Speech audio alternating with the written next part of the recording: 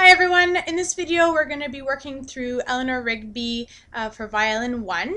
If you are familiar with the original song by the Beatles, it might make your life a little bit easier and because you have the melody.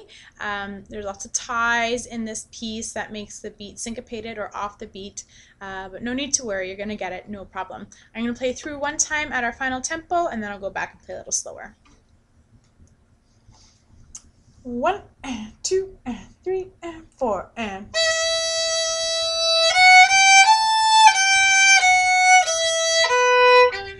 3 and 4 and 1 and 2 and 3 and 4 and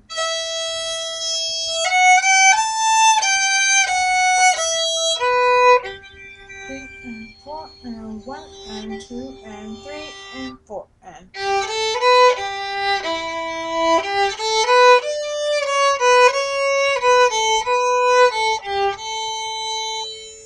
and 4 and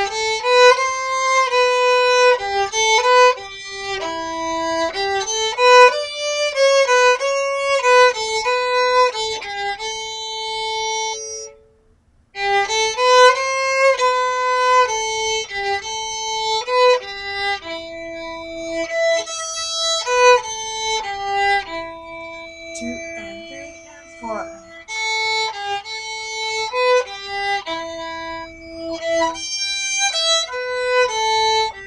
and 2 and 3 and 4 and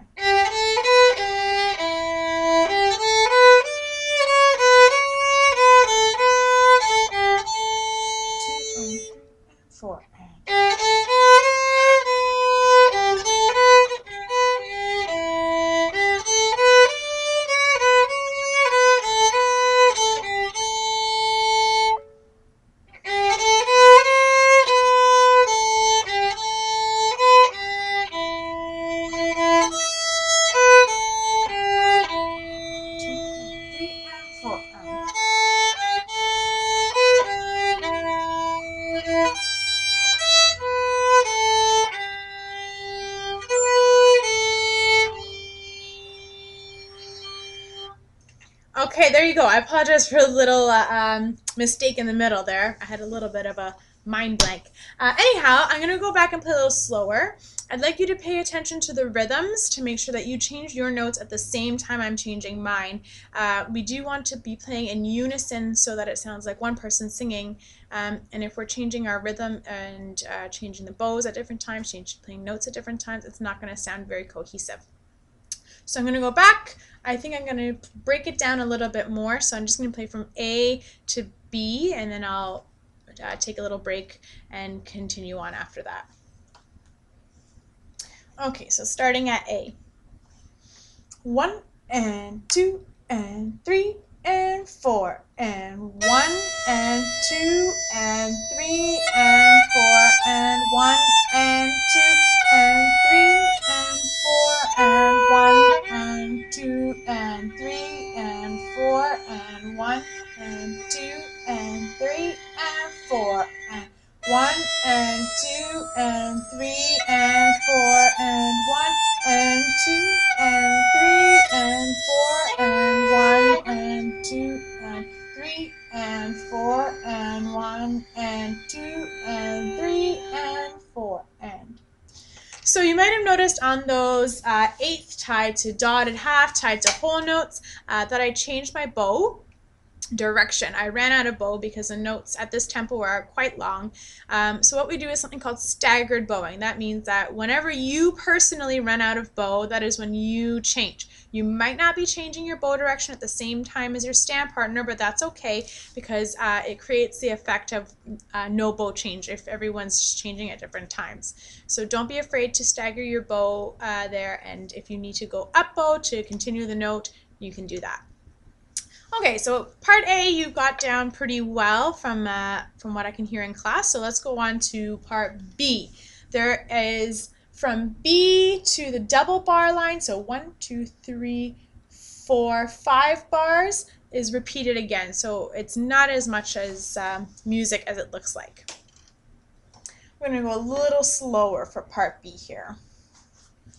1 and 2 and 3 and 4 and 1 and 2 and 3 and 4 and 1 and 2 and 3 and 4 and 1 and 2 and 3 and 4 and 1 and 2 and 3 and 4 and 1 and 2 and 3 and 4 and 1 and 2 and 3 and 4 and 1 and 2 and 3 and 4 and 1 and 2 and 3 and 4 and 1 and 2 and 3 and 4 and 1 and 2 and 3 and 4 and. Okay, so if you're having trouble with the tie, just take the tie out, and that might help you with the rhythm. So for instance, at B, I would go 1 and 2 and 3 and 4 and. I took the tie out of those two eighth note G's.